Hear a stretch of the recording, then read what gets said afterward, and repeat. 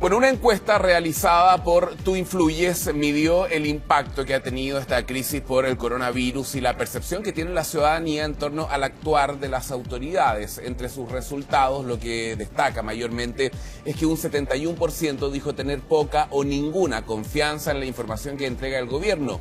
Precisamente para conversar sobre este sondeo vamos a tomar contacto con el sociólogo y también director de Tú Influyes, Axel Callis, quien está con nosotros.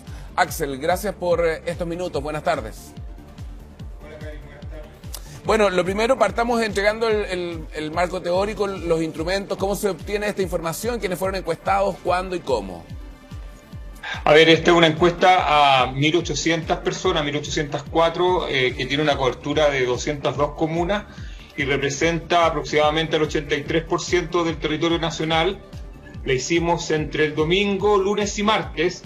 Es decir, coincide con la cadena nacional que hizo el presidente, coincide con los hechos de la comuna del Bosque y todo el tema canasta, y bueno, ya llevamos varios meses haciendo encuestas, partimos en el estallido y ya esta es la más grande que hemos hecho. Sí, Axel, y la verdad es que tiene un 2. Sí, dale, Karen. Sí, más del 70% que tiene que ver con la desconfianza del gobierno. Es una cifra que se viene manteniendo también en encuestas de meses anteriores, ¿no? ¿O es a raíz del manejo de esta crisis sanitaria? A ver, yo diría que en términos analíticos no es que el gobierno se haya encontrado con esta desconfianza del 71% en los últimos 2 meses, este último mes. Había una desconfianza, yo diría, media, aproximadamente a mitad del año pasado. Se agudizó con el estallido social, y lo que tenemos ahora es un poco la inercia, el movimiento de esa desconfianza a la información de gobierno que se consolidó a partir de la pandemia. Entonces, no es que la ciudadanía le haya tenido mucha confianza hace 2 meses atrás y se despertó de un día para otro no teniéndolo confianza. Es un proceso largo que ya tiene 7, 8 meses y tiene que ver con, si tuviéramos que ver en los orígenes, tiene que ver con el avión de lo hijo del presidente, o sea, cómo se empezó a construir esta percepción de no confianza o lejanía o desconfianza más bien en la información del gobierno. Nosotros lo que hicimos fue dar un paso más en esta encuesta para tratar de averiguar a qué cosas les tenían más desconfianza o menos credibilidad. En la encuesta del mes pasado y en esta nosotros medimos tanto la credibilidad, la percepción de transparencia y la confianza que tiene en la información que entrega el gobierno con respecto a la pandemia. Entonces ahora fuimos a preguntarle a las personas a partir de eso y todas están en torno al 70-80% de desconfianza o falta de transparencia. Ahora, y lo más increíble es que... Sí. Perdona, sí. No, continúa, por favor. Sí, entonces ahora le preguntamos a las personas, bueno, ¿en qué consiste esa desconfianza, por ejemplo, de la información que entrega todos los días el gobierno? Nos fuimos ya después de casi 60 o 70 cadenas que hemos visto los últimos 2 meses y medio. Las personas ya manejan el lenguaje de las PCR, los fallecidos, los contagiados, todo eso.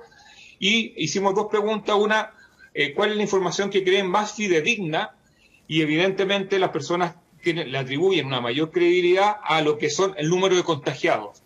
Y en lo que le atribuye menos credibilidad o menos fidedigna la información es al número de fallecidos. Es decir, ese es el contrapunto que puede decir que al final se puede resumir parte de lo que es la desconfianza o la poca credibilidad que tiene el gobierno con respecto a su información pública. O sea, la gente cree que hay falta de transparencia a la hora de informar de los muertos más que en el número de contagios diarios.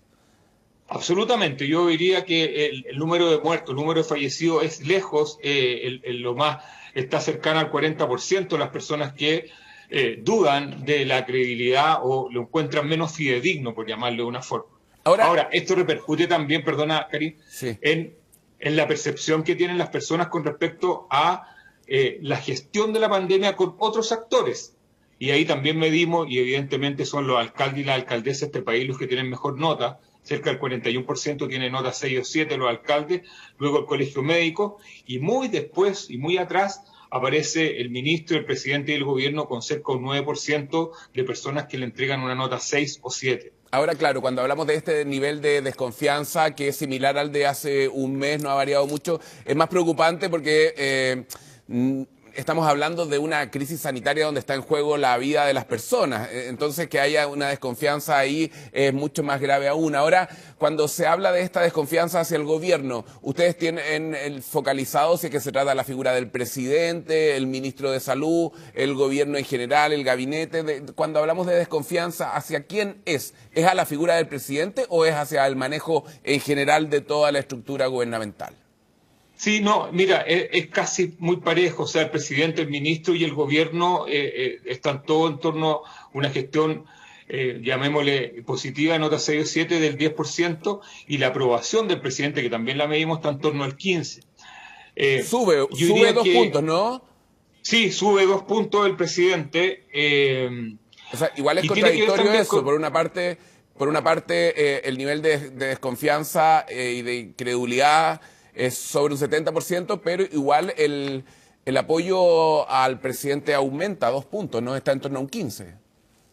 Exactamente. Ahora, estamos hablando de que son cifras más o menos parecidas con respecto a la aprobación.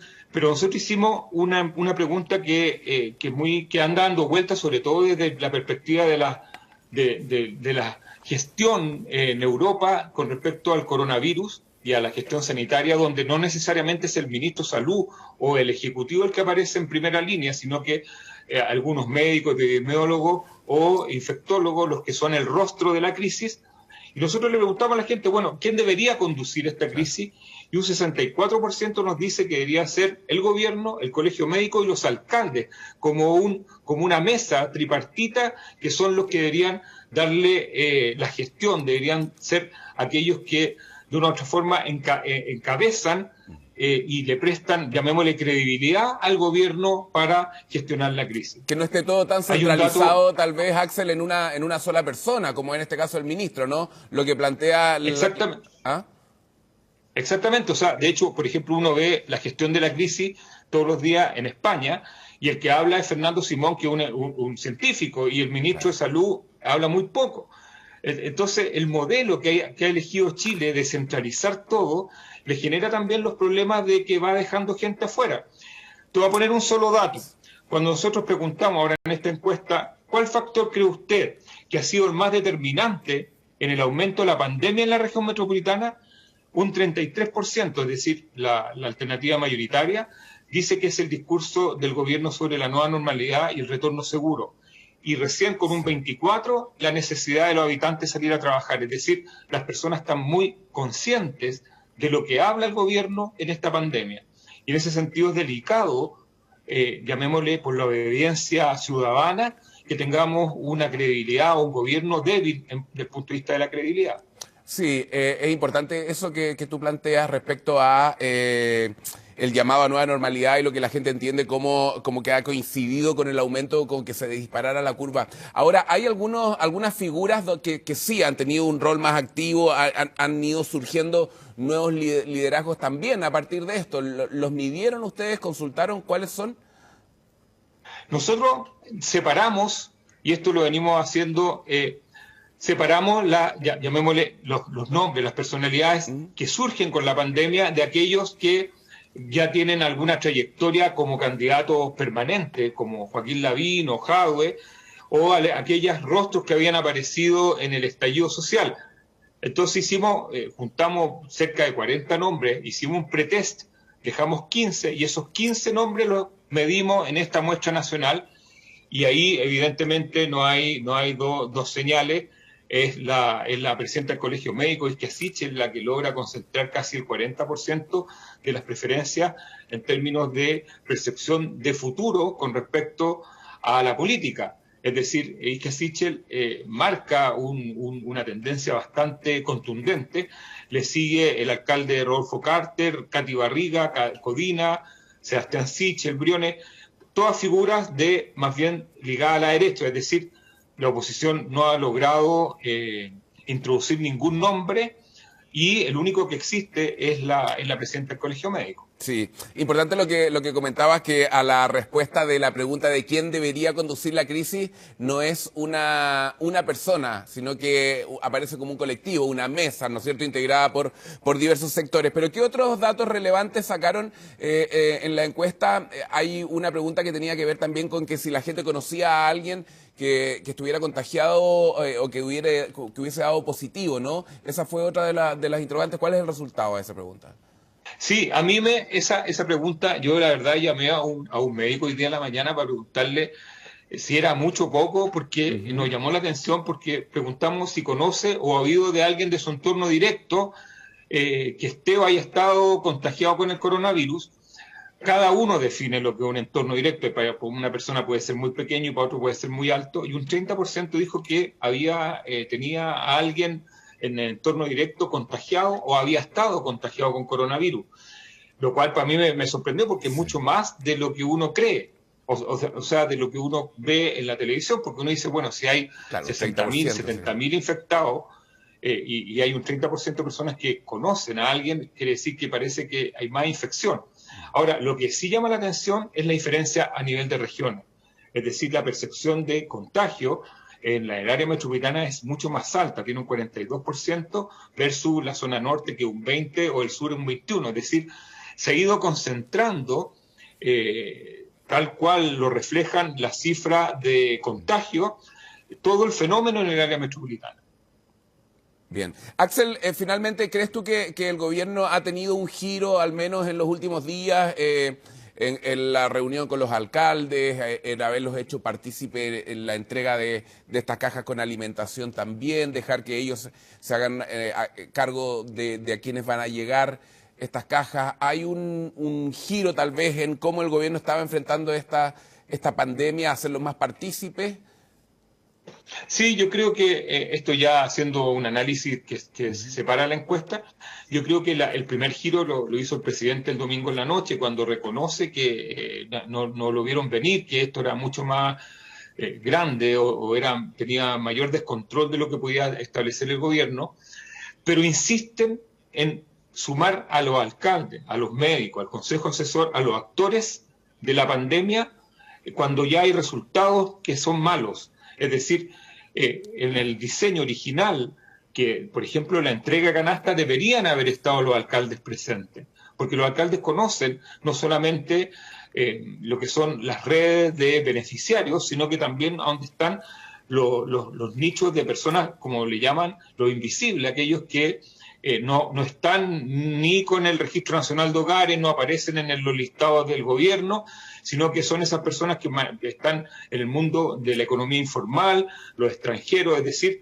todos esos grupos que quedan de una u otra forma en un mundo paralelo y que en esta coyuntura no pueden estar excluidos porque todos somos, si estamos en la calle, vectores de contagio. Entonces aquí uno no puede hacer, como quien dice, una lista para los que están dentro de los registros estatales y los que no están acá. Tenemos que llegar a todos y en ese sentido debería el gobierno haber incluido. Entonces, nuevamente, vimos a un presidente reconociendo el domingo ciertas cosas, hablando de las canastas y sumando a los alcaldes, yo diría tibiamente hasta el minuto, en la distribución de las canastas. De todas maneras, muchísimas gracias, Axel. Claro, ha habido por lo menos un cambio en el tono, ¿cierto? En un principio veíamos que había un excesivo afán por mostrar resultados positivos ante todo, y hoy hay un reconocimiento de que no es así, y sobre todo lo peor aún está por venir. Muchas gracias por esta entrevista, buenas tardes. Sí, yo invito a la gente a descargar la encuesta de tuinfluyes.com. Ahí en estudios pueden verla en detalle, un poco larga, pero ahí está disponible para todos y la base de datos también está disponible a partir del lunes. Perfecto. Chao, Karim. Chao, que esté muy bien. Buenas tardes.